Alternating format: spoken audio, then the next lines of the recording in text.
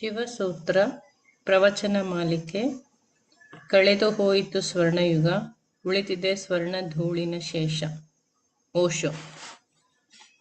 Recording 3. ಮೊದಲನೆಯ ಸೂತ್ರ. ಚೈತನ್ಯಮಾತ್ಮ. ಚೈತನ್ಯವೇ ಆತ್ಮ. ನಾವೆಲ್ಲರೂ ಚೈತನ್ಯರೇ, ಆದರೆ ನಮಗೆ ಆತ್ಮದ ಕುರುಹು ತಿಳಿಯದು. ಒಂದು ವೇಳೆ ಚೈತನ್ಯವೇ ಆತ್ಮವಾಗಿದ್ದಲ್ಲಿ ನಮಗೆಲ್ಲರಿಗೂ ಆತ್ಮದ ಪರಿಚಯವಿರುತ್ತಿತ್ತು. ನಾವೆಲ್ಲ ಚೈತನ್ಯರೇ, ಆದರೆ ಚೈತನ್ಯವೇ ಆತ್ಮ ಎಂದರೇನರ್ಥ? ಮೊದಲನೆಯ ಅರ್ಥ, ಈ ಜಗತ್ತಿನಲ್ಲಿ ಕೇವಲ ನಿನ್ನದಾಗಿರುವುದು ಚೈತನ್ಯ ಒಂದೇ. ಆತ್ಮವೆಂದರೆ ಅರ್ಥ ನನ್ನದು, ಉಳಿದದ್ದು ಪರಕೀಯ. ಉಳಿದದ್ದು ಎಷ್ಟೇ ನಿನ್ನದೆನಿಸಿದರೂ ಅದು ಪರಕೀಯವೇ. ಮಿತ್ರರಿರಲಿ, ಪ್ರಿಯಜನರಿರಲಿ, ಪರಿವಾರದವರಿರಲಿ, ಹಣವಿರಲಿ, ಯಶಸ್ಸು, ಪದವಿ, ಪ್ರತಿಷ್ಠೆಗಳಿರಲಿ, ದೊಡ್ಡ ಸಾಮ್ರಾಜ್ಯವೇ ಇರಲಿ, ನೀನು ನನ್ನದೆಂದು ಹೇಳೋ ಯಾವುದೇ ಇರಲಿ, ಅದೆಲ್ಲವೂ ಬರೀ ವಂಚನೆ, ಮೋಸ. ಏಕೆಂದರೆ ಮೃತ್ಯುವು ಅದನ್ನು ನಿನ್ನಿಂದ ಕಸಿಯುವುದು. ಯಾವುದು ತನ್ನನ್ನು, ಯಾವುದು ತನ್ನದು, ಯಾವುದು ಪರಕೀಯವೆಂಬುದಕ್ಕೆ ಮೃತ್ಯುವು ಯಾವುದನ್ನು ನಿನ್ನಿಂದ ಬೇರ್ಪಡಿಸಲಾರದೋ ಅದು ಸ್ವಕೀಯ. ಆತ್ಮವೆಂದರೆ ತನ್ನದು ಎಂದು. ಅದರ ವೈಚಿತ್ರ್ಯವೇನೆಂದರೆ ತನ್ನದು ಎಂದೊಡನೆ ಬೇರೊಂದು ಪ್ರವೇಶಿಸುವುದು. ಬೇರೊಂದು ಎಂಬುದು ತನ್ನದು ಎನ್ನುವುದರ ಅರ್ಥ. ಬೇರೊಂದು ತನ್ನದು ಆಗಿದೆ ಎಂದು ಅರ್ಥವಾಗುವುದು. ನಿನ್ನೊಬ್ಬನನ್ನುಳಿದು ನಿನ್ನದೆಂಬುದು ಬೇರೊಂದಿಲ್ಲ, ಇರಲು ಸಾಧ್ಯವೂ ಇಲ್ಲ ಎನ್ನುವುದು ನಿನ್ನ ಗಮನಕ್ಕೆ ಬಾರದು. ಬೇರೊಂದನ್ನು ನಿನ್ನದೆಂದು ಭ್ರಮಿಸುವ ಈ ಧಾರೆಯಲ್ಲಿ ನೀನು ತೇಲಾಡುತ್ತಿರುವವರೆಗೂ, ಬೇರೊಬ್ಬನನ್ನು ನಿನ್ನವನೆಂದು ತಿಳಿಯುವ ಮರುಳಾಟವಿರುವವರೆಗೂ ನೀನು ಸವೆಯುವ ಬಾಳು ಅಕಾರಣ, ವ್ಯರ್ಥ. ಅಷ್ಟು ಸಮಯವನ್ನು ನೀನು ಕನಸು ಕಾಣುವುದರಲ್ಲಿ ಕಳೆದಂತೆ. ಆಗ ನೀನು ಜಾಗೃತಿಯನ್ನು ಪಡೆಯಬಹುದಿತ್ತು, ಮೋಕ್ಷವು ನಿನ್ನದಾಗಬಹುದಿತ್ತು.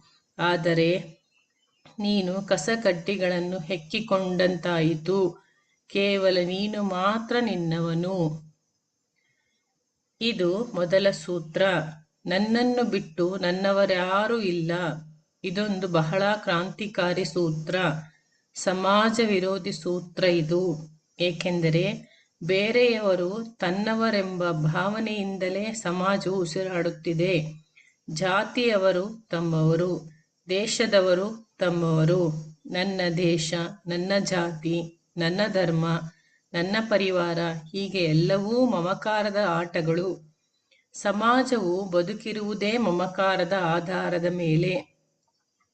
ಆದ್ದರಿಂದ ಧರ್ಮವೆಂಬುದು ಸಮಾಜ ವಿರೋಧಿ ತತ್ವ. ಧರ್ಮವೆಂಬುದು ಸಮಾಜದಿಂದ ಬಿಡುಗಡೆ ಹೊಂದುವಿಕೆ. ನಿನ್ನ ಪರಿವಾರ, ನಿನ್ನ ದೇಶವೆಂಬ ಅನ್ಯಭಾವದಿಂದ ಬಿಡುಗಡೆ. ಧರ್ಮವು ಹೇಳುವುದು ನಿನಗೆ ನಿನ್ನನ್ನು ಬಿಟ್ಟು ಬೇರಾರೂ ಇಲ್ಲವೆಂದು.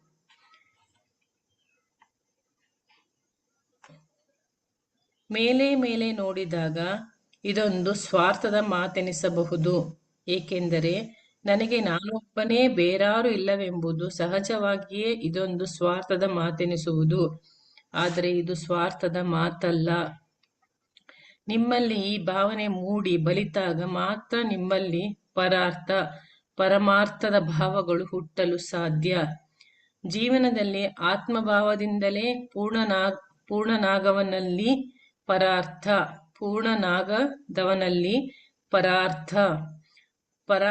ಪರಮಾರ್ಥದ ಭಾವಗಳು ಹುಟ್ಟಲು ಸಾಧ್ಯವಿಲ್ಲ. ಜೀವನದಲ್ಲಿ ಆತ್ಮಭಾವದಿಂದಲೇ ನಾಗದವನಲ್ಲಿ ಪರಮಾರ್ಥಗಳ ಭಾವಗಳು ಹುಟ್ಟಲು ಸಾಧ್ಯವಿಲ್ಲ. ನೀವೀಗ ಬೇರೊಬ್ಬರನ್ನು ನನ್ನವನೆಂದು ಹೇಳುವಿರಿ. ನನ್ನವನು ಎಂದು ನೀವು ಮಾಡುವುದಾದರೂ ಏನು? ನನ್ನವನೆಂಬ ನೀವು ಅವನನ್ನು ಶೋಷಿಸುವಿರಿ. ನನ್ನವನು ಎಂಬುದು ನಿಮ್ಮಲ್ಲಿರುವ ಶೋಷಣೆಯ ಭಾವದ ಒಂದು ಭಾಗ. ಆ ಶೋಷಣೆಯದೇ ವಿಸ್ತಾರ. ನನ್ನವನೆಂಬ ನೀವು ಯಾರನ್ನು ಹೇಳಿದರೂ ಅವನನ್ನು ನಿಮ್ಮ ಅಡಿಯಾಳಾಗಿ ಮಾಡಿಕೊಳ್ಳುವಿರಿ. ನಿಮ್ಮ ಒಂದು ಪರಿಗ್ರಹ ಸುತ್ತುವರಿಕೆಯಲ್ಲಿ ಅವನನ್ನು ಸಿಲುಕಿಸುವಿರಿ. ನನ್ನ ಪತಿ, ನನ್ನ ಪತಿ, ನನ್ನ ಮಗ, ನನ್ನ ಪತ್ನಿ, ನನ್ನ ತಂದೆ, ನೀವು ಮಾಡುವುದೇನು? ಈ ನನ್ನ ಎಂಬುದರ ಹಿಂದೆ, ನನ್ನ ಎಂಬ ಪರದೆಯ ಹಿಂದೆ ನಿಮ್ಮ ಸಂಬಂಧಕ್ಕೆ ಆಧಾರಭೂತವಾದುದು ತಾನೇ ಏನು? ಅದು ಶೋಷಣೆ. ಇದೇ ಮೂಲಾಧಾರ. ನೀವು ಹೀರುತ್ತಿರುವಿರಿ. ಬೇರೊಬ್ಬರನ್ನು ನಿಮಗೆ ಬೇಕಾದಂತೆ ಉಪಯೋಗಿಸಿಕೊಳ್ಳುತ್ತಿರುವಿರಿ. ಇದನ್ನೇ ನೀವು ಪರಾರ್ಥವೆನ್ನುವಿರಿ. ವಸ್ತುತಃ ಇದು ಪರಾರ್ಥವಲ್ಲ, ನಿಮ್ಮ ಸ್ವಾರ್ಥದ ವಿಸ್ತಾರ. ಓರ್ವ ರಾಜ ತುಂಬಾ ವೃದ್ಧನಾದ. ಅವನಿಗೆ 3 ಮಕ್ಕಳು, 3 ಪ್ರಾಯಸ್ಥರು. ರಾಜನಿಗೆ ಮುಂದೆ ಯಾರಿಗೆ ರಾಜ್ಯಾಭಿಷೇಕ ಮಾಡುವುದೆಂಬುದು ಚಿಂತೆಯುಂಟಾಯಿತು. 3 ಯೋಗ್ಯರು, ಗುಣಸಂಪನ್ನರು ಮತ್ತು ಕುಶಲರು. ಗುಣಧರ್ಮಗಳಲ್ಲಿ 3 ಒಂದೇ ಸಮಾನರಿದ್ದರು. ಆದ್ದರಿಂದ ರಾಜನಿಗೆ ಇದೊಂದು ಸಮಸ್ಯೆಯಾಯಿತು. ಅವನು ಒಂದು ದಿನ ತನ್ನ 3 ಮಕ್ಕಳನ್ನು ತನ್ನ ಬಳಿಗೆ ಕರೆಸಿಕೊಂಡು ಅವರೊಡನೆ ಹೀಗೆ ಹೇಳಿದನು. ಕಳೆದ ವರ್ಷವಿಡೀ ನೀವು ಒಬ್ಬೊಬ್ಬರು ಮಾಡಿರುವ ಮಹತ್ತಮವಾದ ಕಾರ್ಯವೇನು? ವರ್ಷದಲ್ಲೆಲ್ಲ ಮಾಡಿರುವ ಎಲ್ಲಕ್ಕಿಂತ ಉತ್ಕೃಷ್ಟವಾದ ಕೃತ್ಯವನ್ನು ನೀವು ಒಬ್ಬೊಬ್ಬರಾಗಿ ಹೇಳಿರಿ. ಅದನ್ನು ಕೇಳಿ ನಿಮ್ಮಲ್ಲಿ ಯಾರಿಗೆ ರಾಜ್ಯಾಭಿಷೇಕವನ್ನು ಮಾಡುವುದೆಂದು ನಿರ್ಧರಿಸುವೆನು. ಹಿರಿಯವನು ತಾನು ಮಾಡಿದ ಮಹತ್ ಕಾರ್ಯವನ್ನು ಬಣ್ಣಿಸತೊಡಗಿದ. ಈ ಊರಿನ ಬಹುದೊಡ್ಡ ಶ್ರೀಮಂತನೊಬ್ಬನು ತೀರ್ಥಯಾತ್ರೆಗೆ ಹೊರಟಾಗ ತನ್ನ ಬಳಿ ಇದ್ದ ಕೋಟ್ಯಾಂತರ ರೂಪಾಯಿ ಹಣ, ಚಿನ್ನ, ಬೆಳ್ಳಿ, ವಜ್ರ, ವೈಡೂರ್ಯಗಳನ್ನೆಲ್ಲ ನನ್ನ ಬಳಿ ಲೆಕ್ಕ ಮಾಡದೆ, ನನ್ನಿಂದ ಯಾವ ರಸೀದಿಯನ್ನು ಪಡೆಯದೆ ಇಟ್ಟು ತಾನು ಯಾತ್ರೆಗೆ ಹೋಗುವುದಾಗಿಯೂ ಯಾತ್ರೆಯಿಂದ ಬಂದ ಮೇಲೆ ಇದನ್ನೆಲ್ಲ ವಾಪಸ್ಸು ಪಡೆಯುವುದಾಗಿಯೂ ಹೇಳಿ ಹೊರಟು ಹೋದ. ನಾನು ಒಂದು ವೇಳೆ ಬಯಸಿದ್ದರೆ ಆತನು ನನ್ನ ಬಳಿ ಇಟ್ಟಿದ್ದ ಸಂಪತ್ತನ್ನು ನುಂಗಿ ಹಾಕಬಹುದಾಗಿತ್ತು. ಯಾವ ಲೆಕ್ಕಪತ್ರವೂ ಇರಲಿಲ್ಲ, ಯಾವ ಬರಹವನ್ನೂ ಮಾಡಿಕೊಟ್ಟಿರಲಿಲ್ಲ, ಯಾವ ಸಾಕ್ಷಿಯೂ ಇರಲಿಲ್ಲ. ಸಂಪೂರ್ಣವಾಗಿ ಅಲ್ಲದಿದ್ದರೂ ಅವನ ನ್ಯಾಸದಲ್ಲಿ ಒಂದಿಷ್ಟು ಬೆಲೆ ಬಾಳುವ ವಜ್ರ ವೈಡೂರ್ಯಗಳನ್ನಂತೂ ನಾನು ಬಹು ಸರಳವಾಗಿ ಮುಚ್ಚಿ ಹಾಕಬಹುದಿತ್ತು. ಏಕೆಂದರೆ ಅವನು ಯಾವುದನ್ನೂ ಎಣಿಸಿ ಲೆಕ್ಕ ಮಾಡಿರಲಿಲ್ಲ. ಅವನ ಬಳಿ ಯಾವ ಅಂಕೆ ಸಂಖ್ಯೆಗಳೂ ಇರಲಿಲ್ಲ. ಕೇವಲ ನಂಬಿಕೆಯಿಂದ ಅವನು ಎಲ್ಲವನ್ನೂ ಬಿಟ್ಟು ಹೋಗಿದ್ದನು. ಆದರೆ ನಾನು ಮಾತ್ರ ಅವನಿಟ್ಟಂತೆಯೇ ಅವನ ಹಣದ ಗಂಟನ್ನು, ಒಡವೆಗಳನ್ನು ಅವನಿಗೆ ಹಿಂತಿರುಗಿಸಿದೆ. ಈ ಕಥೆಯನ್ನು ಕೇಳಿ ರಾಜನೆಂದನು, ನೀನು ಮಾಡಿರುವುದು ಒಳ್ಳೆಯದೇ. ನೀನು ಹೇಳಿದಂತೆ ಒಂದು ವೇಳೆ ಅವನ ಹಣ ಮತ್ತು ಒಡವೆಗಳಲ್ಲಿ ಸ್ವಲ್ಪ ಭಾಗವನ್ನು ನೀನಿಟ್ಟುಕೊಂಡಿದ್ದರೆ ನಿನಗೆ ಪಶ್ಚಾತ್ತಾಪವಾಗುತ್ತಿರಲಿಲ್ಲವೇನು? ನಿನ್ನ ಮನಸ್ಸು ಗ್ಲಾನಿಯಿಂದ ಕುಗ್ಗುತ್ತಿರಲಿಲ್ಲವೇನು? ನಿನಗೆ ನೆಮ್ಮದಿ ಇರುತ್ತಿತ್ತೇನು? ಖಂಡಿತ ನನಗೆ ನೆಮ್ಮದಿ ಇರುತ್ತಿರಲಿಲ್ಲ ಎಂದು ಮಗನು ಹೇಳಿದನು. ಅಂದ ಮೇಲೆ ನೀನು ಪರೋಪಕಾರ ಮಾಡಿದಂತೇನೂ ಆಗಲಿಲ್ಲ. ನಿನ್ನ ಮನಸ್ಸಿನ ನೆಮ್ಮದಿಯ ಸಲುವಾಗಿ ನೀನು ಪಶ್ಚಾತ್ತಾಪದಿಂದ, ಪೀಡನೆಯಿಂದ ಉಳಿದುಕೊಳ್ಳುವ ಸಲುವಾಗಿ ಹಾಗೆ ಮಾಡಿದೆ. ಇದರಲ್ಲಿ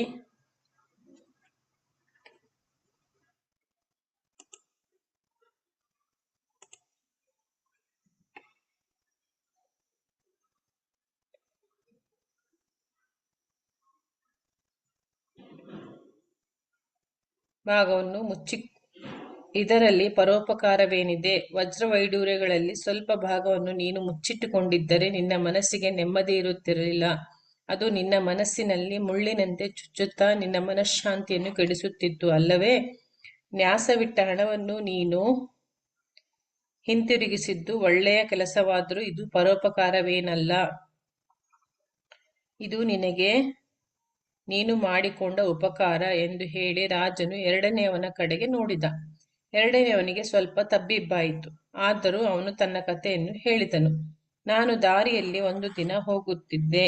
ದಾರಿಯ ಪಕ್ಕದಲ್ಲಿ ಒಂದೆಡೆ ಒಂದು ದೊಡ್ಡ ಕೆರೆ. ಸಂಜೆಯ ವೇಳೆ ನಿರ್ಜನವಾದ ಸ್ಥಳ. ಒಬ್ಬ ಮನುಷ್ಯ ಕೆರೆಯಲ್ಲಿ ಕಾಲು ಜಾರಿ ಬಿದ್ದು ಮುಳುಗತೊಡಗಿದ್ದನು. ನಾನು ಬಯಸಿದ್ದರೆ ಕಂಡು ಕಾಣದಂತೆ ನನ್ನ ಪಾಡಿಗೆ ನಾನು ಹೋಗಬಹುದಾಗಿತ್ತು. ಆದರೆ ಹಾಗೆ ಮಾಡದೆ ಕೆರೆಯಲ್ಲಿ ಮುಳುಗುತ್ತಿದ್ದ ಆ ವ್ಯಕ್ತಿಯನ್ನು ದಡಕ್ಕೆ ಎಳೆದು ಹಾಕಿ ಅವನ ಜೀವವನ್ನು ಉಳಿಸಿದೆ. ತಂದೆಯು ಅವನ ಈ ಕಥೆಯನ್ನು ಕೇಳಿ ಹೀಗೆಂದನು. ಒಳ್ಳೆಯದೇ, ಒಂದು ವೇಳೆ ಅವನನ್ನು ನೀನು ಉಳಿಸದೆ ನಿನ್ನ ಪಾಡಿಗೆ ನೀನು ಹೊರಟು ಹೋಗಿದ್ದರೆ ಆ ವ್ಯಕ್ತಿಯ ಮೃತ್ಯು ನಿನ್ನ ಬೆನ್ನು ಹತ್ತುತ್ತಿತ್ತು ಅಲ್ಲವೇ? ಮೇಲಾಗಿ ನೀನು ಅವನ ಆತ್ಮಸ್ವರವನ್ನು ಕೇಳದಂತೆ ನಟಿಸಿದರೂ ನಿಜವಾಗಿ ಅವನ ಚೀರಾಟ ನಿನ್ನ ಮನಸ್ಸಿಗೆ ನಾಟಿತ್ತು. ಅಂದ ಹಾಗೆ ನೀನು ಹಾಗೆಯೇ ಹೋಗಿದ್ದರೆ ಅವನ ಚಿತ್ಕಾರವು ಭೂತದಂತೆ ನಿನ್ನನ್ನು ಹಿಂಬಾಲಿಸುತ್ತಿತ್ತು ಅಲ್ಲವೇ? ಆ ಭಯದಿಂದ ನೀನು ನೀರಿಗೆ ಹಾರಿ ಅವನ ಜೀವವನ್ನು ಉಳಿಸಿದೆ. ಇದರಿಂದ ನೀನೇನು ಪರೋಪಕಾರವನ್ನು ಮಾಡಿದ್ದೆ ಎಂಬ ಭ್ರಾಂತಿಗೆ ಒಳಗಾಗಬೇಡ. ಮೂರನೆಯ ಮಗ ಸರತಿ ಬಂತು. ಅವನು ಹೇಳಿದನು, ಒಂದು ದಿನ ಕಾಡಿನಲ್ಲಿ ಹೋಗುತ್ತಿದ್ದೆ. ಒಂದು ಎತ್ತರವಾದ ಗುಡ್ಡದ ಅಂಚಿನಲ್ಲಿ ಆಳವಾದ ಕಂದವೊಂದು ಬಾಯಿ ತೆರೆದುಕೊಂಡಿತ್ತು. ಗುಡ್ಡದ ಅಂಚಿನಲ್ಲಿ ಒಬ್ಬ ವ್ಯಕ್ತಿ ಗಾಢವಾದ ನಿದ್ರೆಯಲ್ಲಿ ಮಲಗಿದ್ದುದು ಕಂಡುಬಂತು. ನನಗೆ ಗಾಬರಿಯಾಯಿತು. ನಿದ್ದೆಯಲ್ಲಿ ಅವನು ಸ್ವಲ್ಪ ಹೊರಳಿದರೂ ಕಂದಕಕ್ಕೆ ಬಿದ್ದು ಅವನು ನುಚ್ಚುನೂರಾಗುತ್ತಿದ್ದನು. ನನ್ನ ಹೆಜ್ಜೆ ಸಪ್ಪಳದಿಂದ ಅವನಿಗೆ ಎಚ್ಚರ ಉಂಟಾಗಿ ಪಕ್ಕಕ್ಕೆ ಹೊರಳಿ ಪ್ರತಾಪಕ್ಕೆ ಬಿದ್ದು ಬಿಡುವನೆಂದು ಶಂಕಿಸುತ್ತಾ ಮೆಲ್ಲನೆ ಸದ್ದಿಲ್ಲದೆ ಹೆಜ್ಜೆ ಇಡುತ್ತಾ ಅವನ ಹತ್ತಿರ ಹೋಗಿ ನೋಡಿದೆ. ಅವನು ನನ್ನ ವೈರಿಯಾಗಿದ್ದ. ಅವನು ಬಿದ್ದು ಸತ್ತರೆ ಒಳ್ಳೆಯದೇ ಆಯಿತು ಎಂದುಕೊಂಡು ನಾನು ನನ್ನ ಪಾಡಿಗೆ ಹೊರಟು ಹೋಗಬಹುದಾಗಿತ್ತು. ಆದರೆ ನಾನು ಹಾಗೆ ಮಾಡದೆ ಸಪ್ಪಳವಾಗದಂತೆ ತೆವಳುತ್ತಾ ಅವನ ಬಳಿ ಬಂದೆ. ಆತ ಬಹಳ ಕೆಟ್ಟ ವ್ಯಕ್ತಿಯೆಂದು ಮೊದಲೇ ಗೊತ್ತಿತ್ತು. ಈ ಪ್ರಾಣಾಪಾಯದಿಂದ ಅವನನ್ನು ಉಳಿಸಿದರೂ ಅವನು ನನ್ನ ಮೇಲೆ ಕೃತಜ್ಞತೆಯನ್ನು ತೋರುವುದಿಲ್ಲವೆಂಬುದೂ ತಿಳಿದಿತ್ತು. ಮೇಲಾಗಿ ನಾನವನ ನಿಂದೆಗೆ ಪಾತ್ರನಾಗುವೆನೆಂದೂ ತಿಳಿದಿತ್ತು. ಆದರೂ ಅವನನ್ನು ಮೆಲ್ಲನೆ ತಟ್ಟಿ ಎಬ್ಬಿಸಿ ಅವನ ಪ್ರಾಣವನ್ನು ಉಳಿಸಿದೆ. ಆದರೆ ಅವನು ಈಗ ಊರಲ್ಲೆಲ್ಲ ತಾನು ಗುಡ್ಡದ ಮೇಲೆ ಆತ್ಮಹತ್ಯೆ ಮಾಡಿಕೊಳ್ಳಲೆಂದೇ ಹೋಗಿದ್ದೆನೆಂದು, ನಾನು ಅವನ ಮೇಲಿನ ದ್ವೇಷದಿಂದ ಅಲ್ಲಿಗೂ ಬೆಂಬತ್ತಿ ಹೋಗಿ ಅವನ ಕೊಲೆ ಮಾಡಲು ಯತ್ನಿಸಿದೆ ಎಂದು ನನ್ನ ಮೇಲೆ ಅಪಪ್ರಚಾರ ಮಾಡುತ್ತಿರುವನು. ಅವನನ್ನು ನಾನು ನೆಮ್ಮದಿಯಿಂದ ಬದುಕಲಂತೂ ಬಿಡಲಿಲ್ಲ, ನೆಮ್ಮದಿಯಿಂದ ಸಾಯುವುದಕ್ಕೂ ಬಿಡುತ್ತಿಲ್ಲವೆಂದು ಹೇಳಿಕೊಳ್ಳುತ್ತಾ ತಿರುಗುತ್ತಿರುವನು. ಈ ಕಥೆಯನ್ನು ಕೇಳಿ ತಂದೆ ಹೇಳಿದ, ಉಳಿದಿಬ್ಬರಿಗಿಂತ ನೀನು ಉತ್ತಮನೇನೋ ಹೌದು, ಆದರೆ ಪರೋಪಕಾರ ಇದು ಕೂಡ ಏಕಲ್ಲ ಎಂದು ಕೇಳಬಹುದು. ಏಕೆಂದರೆ ಈ ಮಾತುಗಳನ್ನು ಹೇಳುತ್ತಾ ನೀನು ಅಹಂಕಾರದಿಂದ ಉಬ್ಬಿ ಹೋಗುತ್ತಿರುವೆ. ಮಾತಾಡುತ್ತಾ ನಿನ್ನ ಕಣ್ಣುಗಳು ಮಿನುಗುತ್ತಿವೆ, ನಿನ್ನೆದೆ ಉಬ್ಬುತ್ತಿದೆ. ಯಾವ ಕೆಲಸವನ್ನು ಮಾಡಿದ ಅಹಂಕಾರವು ಬೀರುವುದೋ ಅದು ಪರೋಪಕಾರವೆನಿಸದು. ಬಹು ಸೂಕ್ಷ್ಮ ಮಾರ್ಗದಿಂದ ನೀನು ನಿನ್ನ ಅಹಂಕಾರವನ್ನು ಸಾಕಿ ಸಲಹುತ್ತಿರುವೆ. ಆದ್ದರಿಂದ ನೀನು ನಿನ್ನನ್ನು ಬಹುಧಾರ್ಮಿಕನೆಂದು ಪರೋಪಕಾರಿ ಎಂದು ಭಾವಿಸುತ್ತಿರುವೆ. ಉಳಿದಿಬ್ಬರಿಗಿಂತ ನೀನು ಮೇಲು. ಆದರೂ ರಾಜ್ಯಾಭಿಷೇಕ ಮಾಡಲು ನಾನೀಗ ನಾಲ್ಕನೆಯವನೊಬ್ಬನನ್ನು ಹುಡುಕಬೇಕಾಯಿತು. ಪರೋಪಕಾರವನ್ನು ಮಾಡುತ್ತಿರುವೆನೆಂದುಕೊಂಡು ನೀನು ಅದನ್ನು ಎಂದಿಗೂ ಮಾಡಲಾರೆ. ಅದು ಪರೋಪಕಾರವೂ ಆಗದು. ತನ್ನ ಬಗ್ಗೆ ಅರಿಯದವನು ಪರೋಪಕಾರವನ್ನು ಹೇಗೆ ತಾನೇ ಮಾಡಿಯಾನು? ಬಡವರ ಸೇವೆ ಮಾಡುತ್ತಿರುವೆನೆಂದೂ ಆಸ್ಪತ್ರೆಯಲ್ಲಿ ಬಡರೋಗಿಗಳ ಕೈ ಕಾಲುಗಳನ್ನು ಒತ್ತುತ್ತಿರುವೆನೆಂದೂ ನೀನೆಷ್ಟೇ ಬಗೆದರೂ ಒಳಗೊಳಗೆ ಒಂದಲ್ಲ ಒಂದೆಡೆ ನಿನ್ನ ಅಹಂಭಾವವನ್ನೇ ರೂಪಿಸಿಕೊಳ್ಳುತ್ತಿರುವೆ. ಸೇವೆಯಿಂದ ನಿನ್ನ ಅಹಂಭಾವವೇ ಎಲ್ಲಿಯವರೆಗೆ ವರ್ಧಿಸುತ್ತಾ ಬರುವುದೋ ಅಲ್ಲಿಯವರೆಗೆ ಸೇವೆಯು ಒಂದು ಶೋಷಣೆಯೇ ಸರಿ. ಏಕೆಂದರೆ ತನ್ನನ್ನು ತಾನು ಅರಿಯುವವರೆಗೂ, ಅಂದರೆ ಆತ್ಮಜ್ಞಾನವು ಉಂಟಾಗುವವರೆಗೂ ಮಾನವನು ಪರೋಪಕಾರಿಯಾಗಲಾರ. ಪರೋಪಕಾರ ಎಂಬುದು ತನ್ನಲ್ಲೇ ನಡೆಯುವ ಒಂದು ಮಹಾನ್ ಕ್ರಾಂತಿ. ಆ ಕ್ರಾಂತಿ ಸಂಭವಿಸಬೇಕಾದರೆ ತನ್ನನ್ನು ತಾನು ವ್ಯಕ್ತಿಯು ಪೂರ್ಣವಾಗಿ ತಿಳಿಯಲೇಬೇಕು. ಆಗ ಮಾತ್ರ ಅದು ಸಾಧ್ಯ. ಮುಲ್ಲಾ ನಸುರುದ್ದೀನನ ಹೆಂಡತಿ ನಸುರುದ್ದೀನನೊಂದಿಗೆ ಸದಾ ಜಗಳವಾಡುತ್ತಿದ್ದಳು. ಇದೇನು ಅನ್ಯಾಯ? ಇದು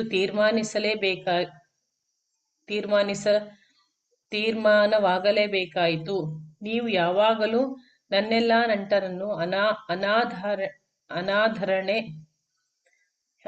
ಅವಹೇಳನೆಯಿಂದ ನೋಡುತ್ತಿರುವಿರಿ. ಇದರಿಂದ ನನಗೆ ತುಂಬಾ ಅಸಮಾಧಾನ ಉಂಟಾಗಿದೆ ಎಂದು ಸದಾ ಅವನನ್ನು ದೂರುತ್ತಿದ್ದಳು. ಅದನ್ನು ಕೇಳಿ ನಸರುದ್ದೀನ್ ಸಹ ಅಷ್ಟೇ ತೀವ್ರವಾಗಿ ಅದನ್ನು ಖಂಡಿಸುತ್ತಾ, ಏನು ಹೇಳುತ್ತೀಯಾ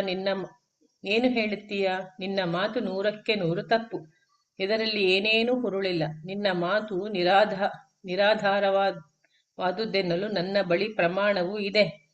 ಅದೇನೆಂದರೆ, ನಾನು ನಿನ್ನ ಅತ್ತೆಯನ್ನು ನನ್ನ ಅತ್ತೆಗಿಂತ ಹೆಚ್ಚು ಗೌರವಿಸುತ್ತಿರುವೆ. ನಿನಗೂ ಗೊತ್ತಿದೆ. ಹೀಗಿರುವಾಗ ನೀನು ನನ್ನನ್ನು ದೂರುವುದರಲ್ಲಿ ಏನು ತಾನೇ ಅರ್ಥವಿದೆ ಎಂದವಳ ಬಾಯಿ ಬಡಿಯುತ್ತಿದ್ದ. ಅಹಂಕಾರವು ಇಂತಹ ದಾರಿಯನ್ನು ಹುಡುಕಿಕೊಳ್ಳುವುದು. ಮೇಲೆ ನೋಡಲು ನೀನು ಪರೋಪಕಾರಿಯಾಗಿರುವೆ, ಒಳಗೆ ಮಾತ್ರ ನೀನಾಯಿತು, ನಿನ್ನ ಅಮ್ಮಾಯಿತು. ಒಳಗಿನ ಈ ಯಾತ್ರೆ ಸೂಕ್ಷ್ಮವಾದದ್ದು, ನಿನ್ನ ಹಿಡಿತವನ್ನು ಮೀರುತ್ತಾ ಹೋಗುವುದು. ಬೇರೆಯವರಿಗಂತೂ ಸಿಗುವುದೇ ಇಲ್ಲ. ನಿನಗೆ ಸಿಲುಕದಾಗುವುದು. ಇತರರಂತೂ ಮೋಸ ಹೋಗುವರು. ಸ್ವತಃ ನೀನೇ ನಿನ್ನ ವಂಚನೆಯಿಂದ ಮೋಸ ಹೋಗುವೆ, ದಾರಿ ತಪ್ಪುವೆ. ನಾವೆಲ್ಲರೂ ನಮ್ಮದೇ ಆದ ವಂಚನೆ ಜಾಲದಲ್ಲಿ ಸಿಲುಕಿರುವೆವು. ಈ ಜಾಲವನ್ನು ನಾವು ಅನ್ಯರಿಗಾಗಿ ಹೆಣೆದುಕೊಂಡಿದ್ದರೂ ಕಡೆಯಲ್ಲಿ ನಮ್ಮ ಈ ಕುತಂತ್ರಗಳಲ್ಲಿ ನಾವೇ ಸಿಲುಕಿ ನರಳುವೆವು. ಪ್ರಕೃತ ನಾವೇ ದಾರಿ ತಪ್ಪಿದವರು.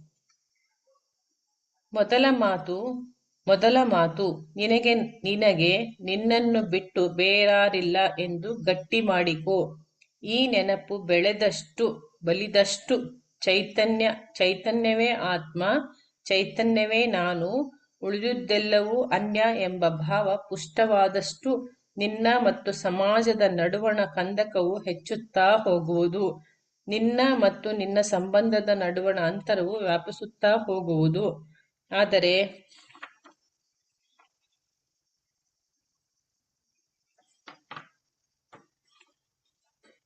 ಆದರೆ ವ್ಯಕ್ತಿಯು ತನ್ನನ್ನು ತಾನು ಅವಲೋಕಿಸುತ್ತಲೇ ಇಲ್ಲ. ಅವಲೋಕನೆ ಕಠಿಣವೂ ಅಹುದು. ಏಕೆಂದರೆ ಈ ಅವಲೋಕನೆಗೆ ಮುನ್ನ ನೀನು ಕೈಗೊಳ್ಳಬೇಕಾದ ಪ್ರಕ್ರಿಯೆಯು ಬಹಳ ಸಂಘಾತಕ. ಈ ದಾರಿಯು ತುಂಬಾ ದುರ್ಗಮ. ಓರ್ವ ಮಾರವಾಡಿ ವ್ಯಾಪಾರಿಯು ಓರ್ವ ಚಿತ್ರನಟಿಯ ಪ್ರೇಮಕ್ಕೆ ಸಿಲುಕಿದ. ಈ ಮಾತು ತೀರಾ ಅಪೂರ್ವವಾದುದು. ಮಾರವಾಡಿ ಅದು ಚಿತ್ರನಟಿಯ ಮೇಲೆ ಪ್ರೇಮ? ಅಸಂಭವವೇನೋ ದಿಟ. ಆದರೆ ಅಸಂಭವವಾದುದು ಒಮ್ಮೊಮ್ಮೆ ಘಟಿಸುವುದುಂಟು. ಪ್ರೇಮಕ್ಕೆ ಸಿಲುಕಿದ. ಆದರೆ ವ್ಯಾಪಾರಿಯದ್ದು ಸಂಶಯ ಪಡುವಂತ ಮನಸ್ಸು. ಚಿತ್ರನಟಿಯ ಬಗ್ಗೆ ಸದಾ ಸಂದೇಹ. ಅದಕ್ಕಾಗಿ ಓರ್ವ ಗುಪ್ತಚರನನ್ನು ನೇಮಿಸಿದ. ಚಿತ್ರನಟಿಯ ಗುಣ ಶೀಲಗಳನ್ನು ಪರೀಕ್ಷಿಸಿ ಆ ಗುಪ್ತಚರನು ಮಾರವಾಡಿಗೆ ವರದಿ ಒಪ್ಪಿಸಬೇಕಿತ್ತು. ಅವಳನ್ನು ಮದುವೆಯಾಗಬೇಕೆಂಬ ಪ್ರಸ್ತಾಪವನ್ನಿಡುವ ಮುನ್ನ ತನ್ನೆಲ್ಲ ಸಂಶಯಗಳನ್ನು ನಿವಾರಿಸಿಕೊಂಡು ಒಂದು ನಿರ್ಣಯಕ್ಕೆ ಬರಬೇಕಿತ್ತು. ಈ ಪ್ರಕಾರ ಗುಪ್ತಚರನು ಆ ಚಿತ್ರನಟಿಯ ಹಿಂದೆ ಗುಟ್ಟಾಗಿ ಓಡಾಡಿ ಅವಳ ಚಲನವಲನಗಳನ್ನು ಒಂದು ವಾರ ಪರೀಕ್ಷಿಸಿ ರಿಪೋರ್ಟ್ ತಯಾರಿಸಿದ. ಅದನ್ನು ಮಾರವಾಡಿಗೆ ಕಳುಹಿಸಿದ. ರಿಪೋರ್ಟ್ನ ವಿವರ ಈ ರೀತಿ ಇತ್ತು. ಈ ಹೆಂಗಸಿನ ಚಲನವಲನಗಳನ್ನು ವೀಕ್ಷಿಸಿದಾಗ ಇವಳು ನಿರ್ದೋಯೂ ನಿಷ್ಕಲ್ಮಶಳಾಗಿಯೂ ಕಂಡುಬಂದಿದೆ. ಇವಳ ಮೇಲೆ ಸಂಶಯ ಪಡುವಂತಹ ಯಾವ ವಿಷಯಗಳೂ ತಿಳಿದು ಬಂದಿಲ್ಲ. ಅಂದಹಾಗೆ ಈಗ ತಾನೇ ಕೆಲವು ದಿನಗಳಿಂದ ಓರ್ವ ಸಂದೇಹಾಸ್ಪದ ಮಾರವಾಡಿಯೊಂದಿಗೆ ಕಾಣಬರುತ್ತಿರುವಳೆಂಬ ಕೇವಲ ಒಂದೇ ಒಂದು ಸಂದೇಹ ಉಂಟಾಗಿದೆ. ಆ ಸಂದೇಹಾಸ್ಪದ ಮಾರವಾಡಿ ಆತನೇ ಆಗಿದ್ದ. ಕಣ್ಣು ಅನ್ಯರನ್ನು ಮಾತ್ರ ವೀಕ್ಷಿಸುತ್ತದೆ. ಕೈ ಬೇರೆಯವರನ್ನು ಮಾತ್ರ ಮುಟ್ಟಬಲ್ಲದು. ಮನಸ್ಸು ಇತರರ ಬಗ್ಗೆ ಮಾತ್ರ ಯೋಚಿಸುವುದು. ನೀನು ಮಾತ್ರ ಸದಾ ಅಂಧಕಾರದಲ್ಲೇ ಕುಳಿತಿರುವೆ. ನಿನ್ನ ಸ್ಥಿತಿ ದೀಪದ ಕೆಳಗಿನ ಕತ್ತಲೆಯಂತೆ. ದೀಪವು ಬೆಳಕು ಅನ್ಯ ವಸ್ತುಗಳ ಮೇಲೆಲ್ಲ ಬೀಳುವುದು. ನೀನು ಓರ್ವನೇ ಹೊರತಾಗಿ ಉಳಿಯುವೆ. ಆದ್ದರಿಂದ ಆ ಬೆಳಕಿನಲ್ಲಿ ನೀನು ಎಲ್ಲೆಡೆಯಲ್ಲೂ ದಾರಿ ತಪ್ಪುವೆ. ಹೊರಗಿನ ಉಳಿದೆಲ್ಲ ವಸ್ತುಗಳು ನಿನಗೆ ಚಿರಪರಿಚಿತವಾಗಿರುವವು. ನಿನಗೆ ಅಪರಿಚಿತವಾಗಿ ಉಳಿಯುವುದು ನೀನೊಬ್ಬನೇ.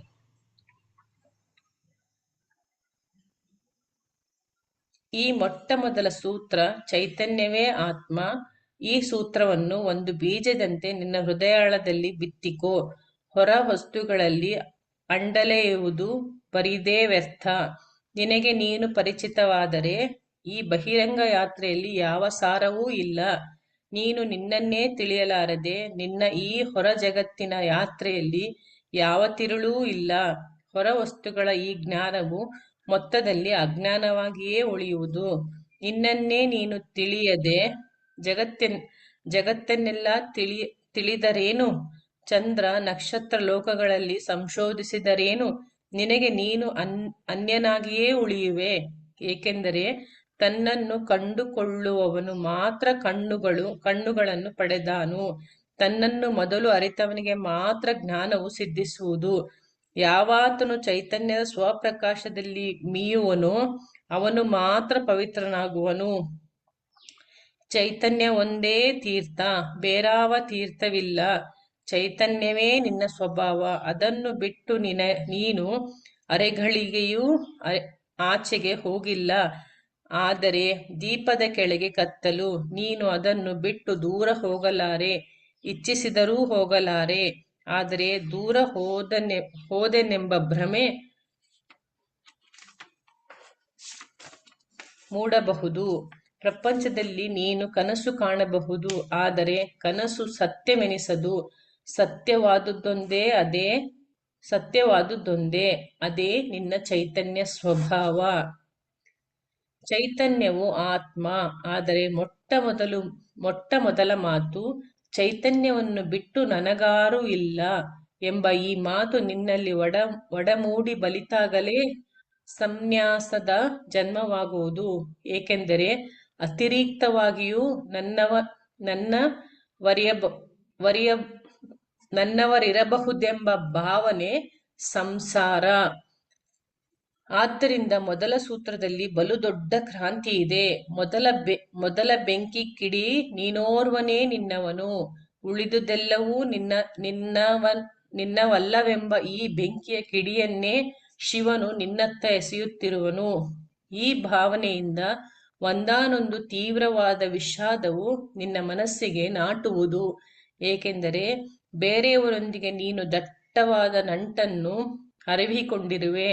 ಹರವಿಕೊಂಡಿರುವೆ, ಗಾಢವಾದ ಕನಸುಗಳನ್ನು ಪೋಷಿಸಿಕೊಂಡಿರುವೆ, ಇತರರೊಂದಿಗೆ ನೀನು ಅನೇಕ ಆಸೆಗಳನ್ನು ಕಟ್ಟಿಕೊಂಡಿರುವೆ.